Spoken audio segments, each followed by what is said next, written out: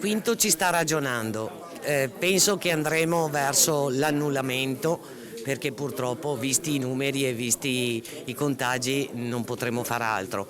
Mi auguro che le cose migliorino, ma la vedo dura che il 6 gennaio ormai è alle porte. Si va verso l'annullamento dei pane e vino anche a Quinto sulla falsariga di quanto già deciso dal sindaco di Treviso Mario Conte, già contenuti prima della pandemia per limitare l'exploit di PM10. Oggi i falò dell'Epifania fanno paura per il rischio assembramenti al termine di un Natale in cui qualcuno già intravede lo spauracchio arancione, ma i comuni della Marca al momento sembrano muoversi in ordine sparso. In ballo, e lo sanno bene i primi cittadini, c'è una delle tradizioni più sentite. A Conegliano, per esempio, nessuna cancellazione in vista, ma regole ben precise. Noi procederemo come l'anno scorso, avremo pochi panevin ben contingentati, senza affollamento intorno all'area del falò, ma soprattutto per lasciare il segno di quello che è una nostra tradizione, ma senza nessun tipo di assembramento, per cui regole ben precise e anche addetti formati all'alto rischio, per cui nessun rischio dal punto di vista della sicurezza e poca gente intorno ai falò, ma il segno della tradizione per noi è importante.